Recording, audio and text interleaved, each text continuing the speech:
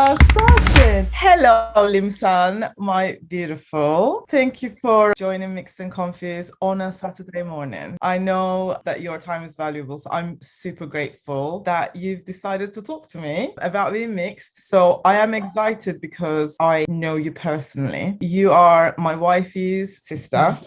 Wearing a tribute because she made this. Julia made that up. Yeah, years ago. You are proper representing. I love it. Always have some in the show, but she's incredible. That's how we met because I went to uni with your sister Julia. So when I met you, you were a teenager. Were you a teenager then? Yeah, I would have been. Limsan is the younger generation. I wanted to really talk about her experiences because she followed me in age, but also she grew up in the UK. So you are British, while as obviously I didn't grow up in the UK. So I'm really interested in your experiences of being mixed and growing up in Cambridge. Grew up in Cambridge, yeah. Before we start to talk about what it was like growing up in Cambridge, can we talk a little bit about who you are, like what you do now? My name's Limsan. I am half Chinese, half English. My mother is from Hong Kong and my dad is from England, Salisbury to be exact. I went to uni to study sort of marketing, advertising and public relations, and now I am a PR executive in London. PR executive in London. PR executive, yes, honey, say it again. I love that. So what does that mean? I work in the PR team, obviously. I'm sort of still learning quite a lot. So my company, we represent the mobile industry. It's very tech heavy, which can be quite a lot at times. It's an interesting role because I've been in the company, but in a different position. So I started off in the company as an assistant, and then I moved across to the marketing department at the start of the pandemic. I feel like, knowing you, I feel like you're very well established. Oh, Melon, thanks. You've even given me jobs in the past because, everyone needs designers. You have already said what your heritage was. What was it like growing up in Cambridge with an English dad and a Chinese mum? In Cambridge, I went to school at a predominantly white school in a tiny, tiny village. School was interesting. I think it was difficult at a lot of times because I did feel like I kind of had to suppress my Chinese side, be more English, just to fit in. I think at that age, you are so focused on friends and fitting in with your friends, fitting in at school. And where I didn't have any friends that were Chinese, I felt like I had to be white. One of my best friends from school was also mixed. She is part black and white. So we kind of stuck together. We never really spoke about race, but I guess between us, it wasn't really a thing. And I think at the time that the world was in, I don't think race was spoken about that much. I do feel like in this day and age, we are in a different time. And I'm glad because, Isabel growing up in this era, I hope in Australia, which is again, predominantly white, hope that she doesn't experience some of the negative things of being mixed brings. I hope she never feels like she has to hide a part of herself because she's amazing. She is. Let's give context. So Isabel is your niece? Yes. And my goddaughter. Yes, indeed. I adopted her as my goddaughter. And she's mixed. So people like Isabel, beautiful humans like Isabel, my sisters, are the reason why we are doing this. So what you said is like spot on why Mixed and Confused started and it exists. Because like you say, we had to grow up trying to fit in so desperately. Whatever that meant, it meant something different for all of us, but we just wanted to blend in so badly that now we want the new generation of mixed people to come in and be proud and be who they are and don't feel like they have to fit in that way. So this is why we exist. So thank you for highlighting that. Growing up, you felt like you had to sort of ignore your Chinese side because everyone was white. What did that mean to you in like a more material or like everyday life? At that age, I started exploring a lot of makeup. Makeup makeup sometimes can be a bit of a mask, and you can hide behind your makeup. You can make your makeup, you can make your face look however you want your face to look. Looking back on that time of my life, it makes me really ashamed of myself, because it makes me feel like I was really suppressing a part of me. It's who I am, and it represents my mum, who I love with all my heart. And it really upsets me that the impact that it could have had on her. And I feel like when I was at school and stuff, like I'd rather like my dad come pick me up instead of my mum, for example. And like my mum didn't really like driving anyway, so it worked out. Would you tell your mom not to come, or did you try and manage that situation? I would just say, can Baba come pick me up? Even saying Baba, because Baba is obviously dad in Chinese. At school, I'd call him dad. But now I'm like, Baba, Baba, Baba. It's just like little things like that. I'd be like, can Baba come pick me up? And then if my mum comes, I'd be so embarrassed. I'd like run off. And it's just, like I said, it's horrible to say now. And I really do regret a lot of my actions when I was a child. Because I do, like, thinking back on it, I would probably want to talk to my mum after this, just to kind of be like, or to apologize, like, I'm sorry, like I was young, I was confused, and I didn't really know how to handle it. I didn't really know who to go to, because I guess I couldn't really identify that was what it was. I didn't really know how to get help and talk about it, because race wasn't, again, like I say, race wasn't really something that people openly talked about. It was 90s, right? Early 2000s when I went to school. So it wasn't even, when you say back then, it's not even that long. Because, you know, my childhood was 80s. Late 80s, 90s, and I would say that was the same, but I was in Turkey. So it's really weird that no matter where we are or how much time changes, there's certain things that almost hasn't changed till now. Yeah. Which is sad. But I don't want you to feel ashamed, because don't forget, we have to, as children, we are actually very clever, and we have a survival system. We create our own survival system to feel safe. And for you, probably was to feel safe, was to accept it, and you just had to do what you thought that was, what that safety, or how you could bring that safety to yourself. It is just being a child, not actually having a clue about who you are. I think there's a bit of a responsibility that falls onto parents here, because as a child, it's very difficult to name those things until maybe you are taught to be proud, or you're taught to understand that there is a difference between your mom and dad and where they come from, and this is what this is, and look at where we come from here, and look at where he comes from here, sort of conversations. And that's what I also lacked. Another inspiration for this conversation is that biracial couples can perhaps take that on and understand. I'm sure it's a new experience for them as well. At the time, there wasn't that many biracial couples. There's a lot more now. Around the time that your mom got married, probably there weren't a lot. She probably didn't think about it in depth either. As this is becoming a conversation, our hope is that parents can embrace the idea of their children being a unique mix and talking to them about it. I understand why you feel shame, because I've been there. I still sometimes go there. It's totally understandable. But we also have to understand, we just want to survive and be accepted and be loved, which is all you want, isn't it? Exactly. And it is, being at that age, like we say, it is a survival thing. You're right. You're totally right. I've never really looked at it like that. But yeah, it really was. And at that age, it's a confusing time anyway. Even if I was full Chinese or full white, a teenager going through puberty, everything, you think you know it all by the time you hit 18, and like, I'm going off to uni and all these other things. And it's like, no,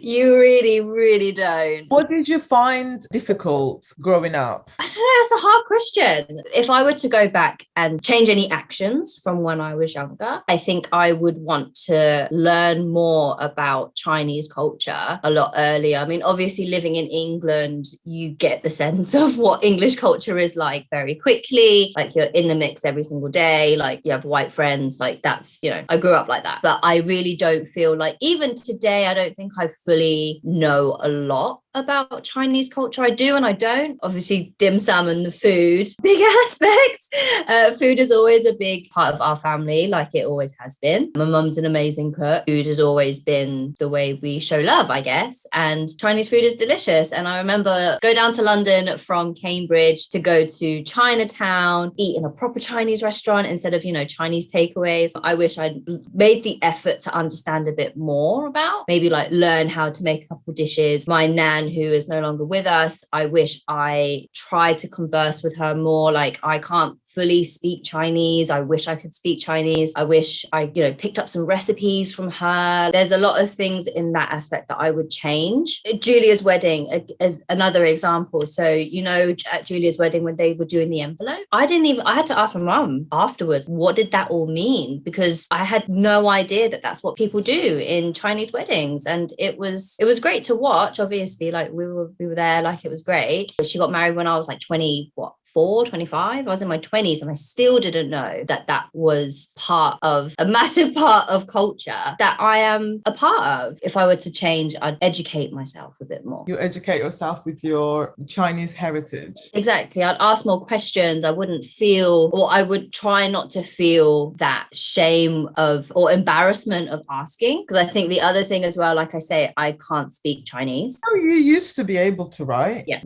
I was born out in Hong Kong. So my first language, I was Chinese. I used to not be able to speak to my dad because he obviously couldn't speak Chinese and I couldn't speak English. So, and that's mad to me that people always tell me like, I see home videos and I'm like yapping away in Chinese. And now I'm like, Limsan, when I met you, you fully understood Chinese and slowly you stopped speaking because you started thinking your Chinese wasn't great. I think it was a lot to do with embarrassment. And I think at the time we'd moved from Hong Kong to England. And I think it was so important to my mum that we learn English because obviously we're now living here. That part of it was really encouraged. I felt the Chinese is like slipping away. I felt embarrassed to speak Chinese just because I didn't feel confident in it anymore. If I could, honestly, I would love to be able to speak Chinese. My friends are like, you're useless. I'm like, I know. I think you can still pick it up. I swear you can pick it up. My mum says it all the time. My mum was like, if you were to go and live in Hong Kong for a year, you would pick it up instantly. Because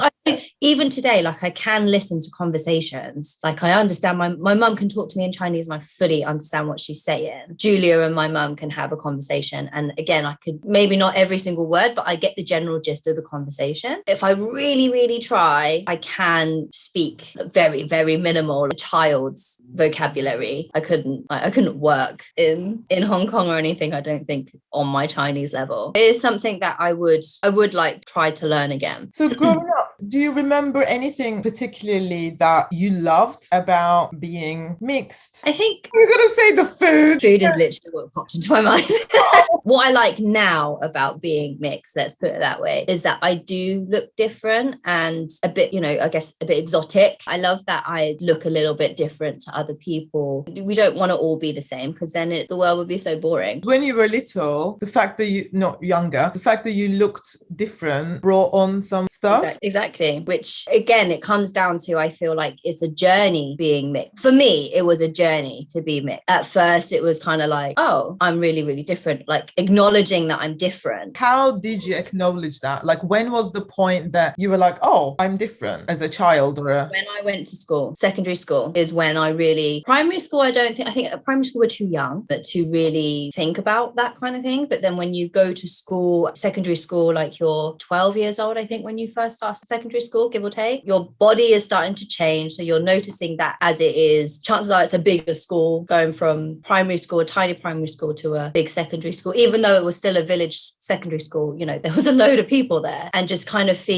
looking around and being like, oh, actually, do you know what? There is no one that looks like me. I'm going to have to try and fit in here. So let me explore makeup and see how I can look more like them. They've got rosy cheeks. I want rosy cheeks, or they've got gold, blue blue eyeshadow. I want gold blue eyeshadow, or, you know, whatever it is. I think when I started going out at uni age, I went to uni in Birmingham. For a bit of context, I went to uni in Birmingham, which is a very, very mixed. And it opened my eyes as well to a lot of new cultures. So I learned a lot during uni about cultures in general. And it became like a good thing that I looked different. And, you know, people will come up to me and be like, what are you? Like, what is your heritage? You look exotic. You're so mysterious. And I'll be like, and it was quite nice that people were asking, I guess, at that point. Maybe that's what it was. Just people being interested. What is your heritage? Did you get that at school? Were people asking you, what are you? Yes and no. I think because of my name, Limsan is obviously not English. I think people, and, you know, I went to school with everyone, so everyone would hear the teacher say my name, and then I wouldn't say I really got asked that much when I was at school. I seem to remember you had some terrible experiences at school, or am I making that up? There were experiences where it weren't at school during like school hours or anything like that, but more like after school, the people I hung around with, there were some bullying, kind of mean comments and things. And I don't think that helped me to appreciate the Chinese side, because I felt like I'm just being bullied because I am Chinese. I don't know if you've heard of a show called Little Britain. Yeah, of course. Yeah. So Little Britain was huge at that time. And there was a skit in that show of a Chinese Thai lady, I think it was, one of them pretending to be Chinese or Thai, ping pong or ting tong or something like that. And those kinds of words were what were being directed at me. So I knew it was very much about the Chinese aspect. And that goes back to, again, to me wanting my dad to come pick me up, because then my friends would, you know, see that I've got white in me as well. Like if my mum would come pick me up, I would worry that it would add more fuel to the fire, if that makes sense. Because my mum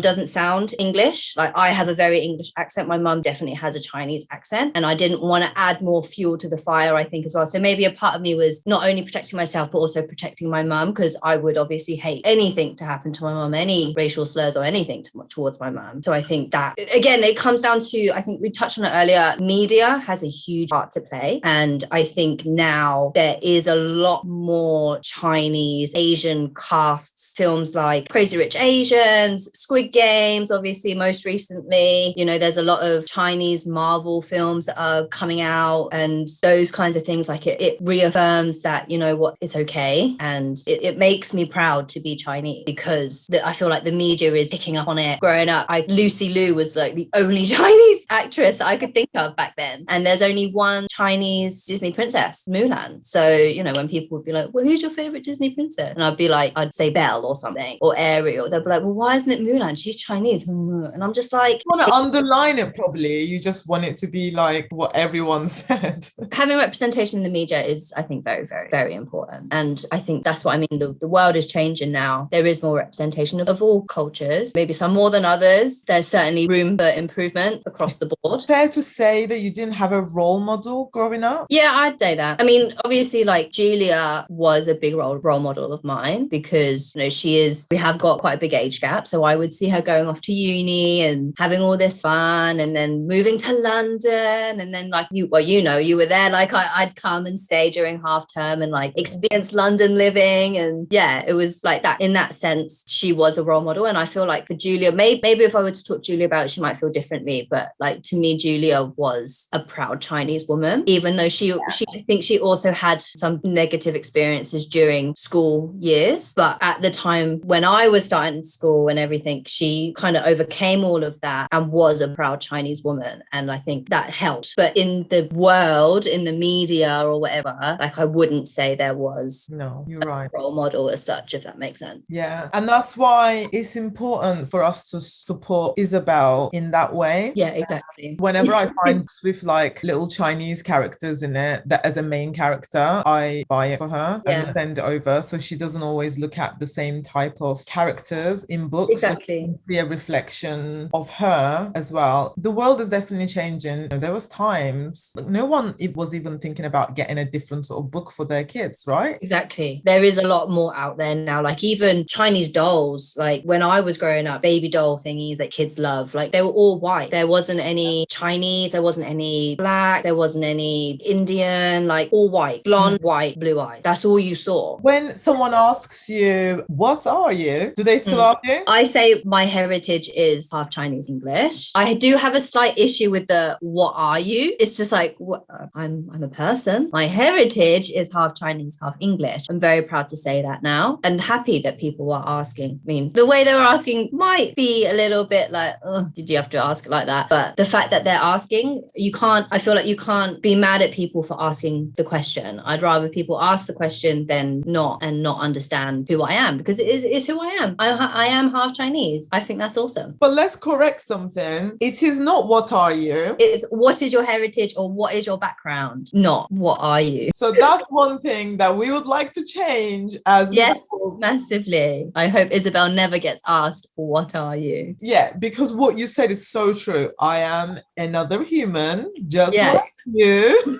Exactly. So the question is not what are you, is what is your heritage? And also it's not where are you from, is it? Because that's not what they're asking. So when they say like, where are you from? And you tell them, I'm from Cambridge, they're just like, yeah. Exactly. And they're like, no, but where are you really from? And I'm like, oh, are you asking about my background? Because they're two very, very different things. Even now, I would say I would say I live in Oxford now. I wouldn't say I'm from Oxford. I think you're right. I think I would always say I'm from Cambridge originally. That is what I would say, which is funny because I actually really, if I think about it, I was born in Hong Kong, but I don't say that. I say, I guess it's because I grew up in Cambridge. That is what I remember. So that's what I say. For you, home is Cambridge because that's what you've been growing up. So do you describe yourself as mixed or on them forms that you always have to fill out and you got to tick a box or on dating apps? Yes, or on dating apps or whatever, I do always click mixed. That is what I click. Have you mixed on there? Do you have Asian white or? I always put Asian white or mixed other. It depends. Sometimes I just click other, which is interesting. Some forms don't actually like specify, but if it does, then I'd click Asian,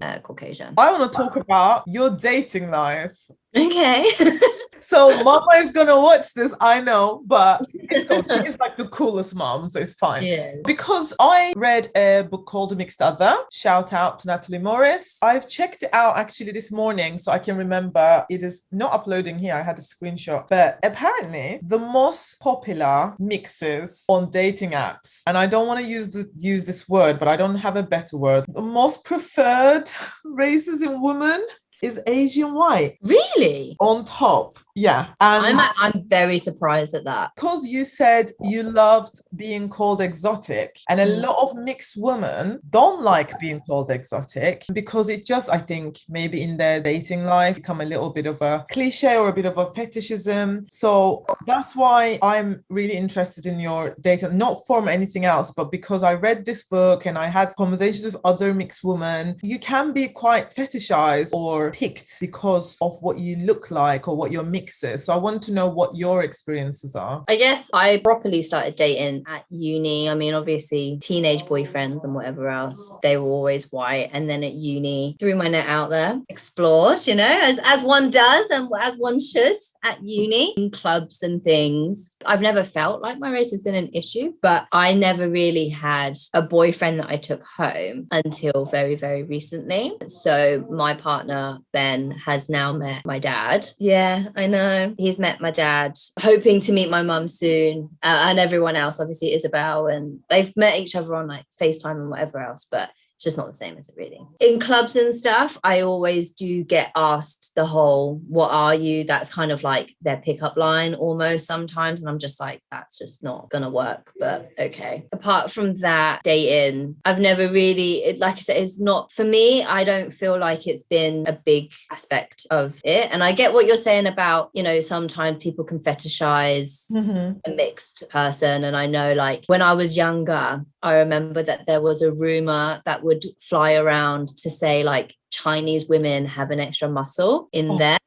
I know, which is madness. But for a little while, because obviously at school, teenage boys, whatever else, like it'd be like, oh, have you got an extra muscle? And I'm just like, I don't think that's true. But okay, like it's just, I think that would probably be the only thing when it comes down to dating or relationships and sexual relationships in that way. That is the only time that my race has come up. So would you, I'm not there, but you can think. would you like say that when you realize at university, I am mixed and this is actually good, would you say that changed things for you then? Like I say, where I went to uni in Birmingham, it is very multicultural. So I felt like because there were all these different cultures, I felt like it was okay. It was a good space that I could, you know, really embrace being myself. And like there was a little Chinese quarter, and I would go to like some Chinese shops every now and again and get like the odd bits that I'd be like, oh, I remember this from my childhood or whatever else. Little Chinese sweets, or like I remember these little cookies that are like shaped like panda bears. No, koala bears, I lie. And like I'd go to the shop and get them because I knew where to get them, because again, Birmingham is such a multicultural place that, you know, I could go get on a bus to town and be at a ginormous Chinese supermarket and just like go to town, be like, just walk around and just feeling really nostalgic. And I think like the simple act of doing that made me feel like, you know what, it's okay. Because where I went to school, even in Cambridge, I can't think of, I'm sure there was, but I just weren't aware of any shops that I could walk into and get the koala bear biscuits, or, you know, these cartons of lemon iced tea that I remember that are delicious as well, like, and things like that. I think I know it's always going back to food with me. Seeing more bits of your culture and feeling a little bit more home actually made you more confident with who you are. And I'm guessing as a result that affected your dating life or uni life positively, because you felt more like yourself. In those years at uni, very much, I think, finding myself. At the time in my personal life, my parents had moved the country. Julia had left the country, essentially here by myself. Of course, I had my aunties and my uncles, and I had grandparents here as well, but no close direct family was the other side of the world. So I feel like although having access to, you know, Chinese supermarket and all these lovely Chinese things that made me be like, oh, this is so cool, it helped me gain confidence in myself in the Chinese aspect. But at the same time, I was still very much finding myself in general, just because I felt like it was just me. I felt a bit more exposed, I guess. Yeah, just trying to live through life, I guess. And I couldn't, like, if I had a bad day or a bad week, I couldn't get on a train to go back to Cambridge and, you know, hide away and be with my mum. I could only see my mum once a year. To do a lot of growing up and really find yourself on your own, because it's not there, you value it, and you're like, no, that was a part of me. This is a good point to ask. What is belonging for you, Limsan? Belonging to me is acceptance, being accepted, whether it be into a friendship group, being accepted into accepting who you are unapologetically and being who you are unapologetically as well, I think is part to do with it too. Yeah, I sort of feel belonging is acceptance for me as well. I have very interesting answers to this belonging question. And I know that belonging is a bit of an issue for all mixed people, because coming from two different sides, sometimes not feeling accepted by any of them. I totally get why the whole sense of belonging is a common thing for mixed people, because sometimes you feel like you have to choose one or the other. Obviously, I grew up in England, so I felt like I chose to be more English, if that makes sense. And I think sometimes when I'm in a group of, like at school, it's all really, for me, a big part of my mixed journey is all based around school. So all of my friends were white, and I felt like I was the Chinese one, I was the exotic looking one and whatever else. So I was the odd one out in that sense. If I'd be at home with my Chinese family, my aunties and my uncles and things, they would all, obviously I couldn't speak Chinese, as we've already established. Like I would love to go back and be able to speak Chinese, but it's almost like I was white in their eyes, Chinese in my friends' eyes. So I feel like depending on the environment that I was in, depended on what people viewed me like, if that makes sense. So your Chinese family did think you were white? That's the way that I felt, just because I couldn't speak Chinese. If we were to go out to eat, like I wouldn't eat the more interesting Chinese foods as, you know, as maybe I should have tried, like chicken feet and all these other things that I'm told is delicious, but just kind of not for me. They'd never say anything to me. It's just the way that I felt. Again, not now. This was all, when I was much younger, and that is how I felt. Yeah, it's all about you feeling like what the norm is, I guess. So like it was probably outside of the norm for you. What about your English side? Yes. Did you feel accepted or welcomed, or were there any sort of weirdness? We never talk about your English side. Because I've always kind of said like I'm white, and I've grew up in such a white city. Cambridge is very white. I had to work more on my Chinese side than anything else. In terms of like my white family, it didn't really feel like a way for me, but that's me. Your brother? Yes. So you feel like he would have a different experience than you? I definitely think Mingsan had a different experience. Mingsan is 2 school years younger than me. I was at school before he was, and I did worry at the time, if he was going to be okay, if he was going to experience some of the things that I experienced. But I think for him, again, I can't speak on his experience because I didn't go through it personally, but from the outside looking in, I don't think that he had the same negative experiences as say me and Julia did, which might be, maybe it's because we're Chinese women versus a Chinese man. That's the only thing that I can see that is the difference here, because me and Mingsan, we're exactly the same. He is half white, half Chinese. When we were kids, people used to think, because we're so close in age, people used to think that we were twins. We've never spoke about it. Like I say, from the outside in, it didn't seem like he had the same negative aspects of it then as I did. We're almost coming to the end, but this is my stolen question from RuPaul. So we're at that section, which is quite emotional. If I was holding a little picture of little Limsan from like age 9 or 10, what would you want to say to little Limsan? Oh, wow. That is a good question to end on. It's okay that you're mixed, and learn everything that you can about both cultures, because even though you're living in England, you have this whole other side of you that is so interesting and has so many unique aspects that is a part of you. So embrace it, enjoy it. You'll be happy when you are older for it. I love it. It can also be your message to anyone at that age, right? Like we've already established, like Isabel is amazing and is half white, half Chinese. If she ever were to have questions, I would like to think that she would think of me and come to me and ask, have a conversation. I hope she sees this one day, and maybe not now. She won't really understand it maybe, but when she gets to a certain age and she does start asking questions, because it will come. I do think that it will come, and me and Julia have had a conversation about it already, because like you say, I think part of the responsibility does fall on the parents. And I think Julia does recognize that. So I hope that the message travels down to Isabel, that if she ever feels confused, mixed and confused, do reach out. There's plenty of people, like she has you, she has me, she has Mingsan, and that's just 3 of the closest people in her life. From being mixed and confused, the initial natural outcome of being mixed, but I hope, and I'm sure you do as well, that it's not going to take long for her to get to mixed and proud.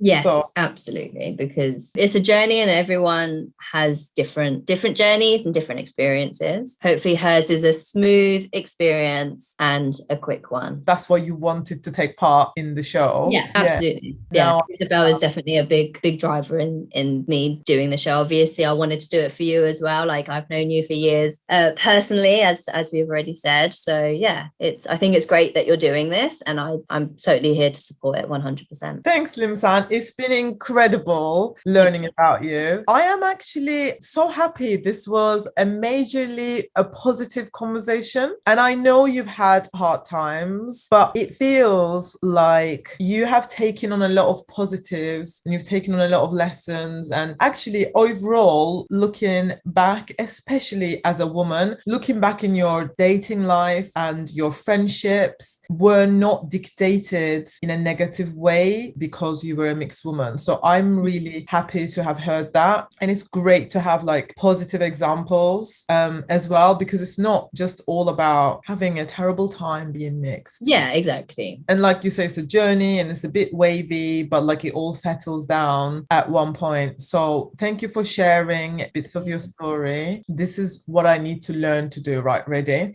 Please subscribe to our YouTube channel.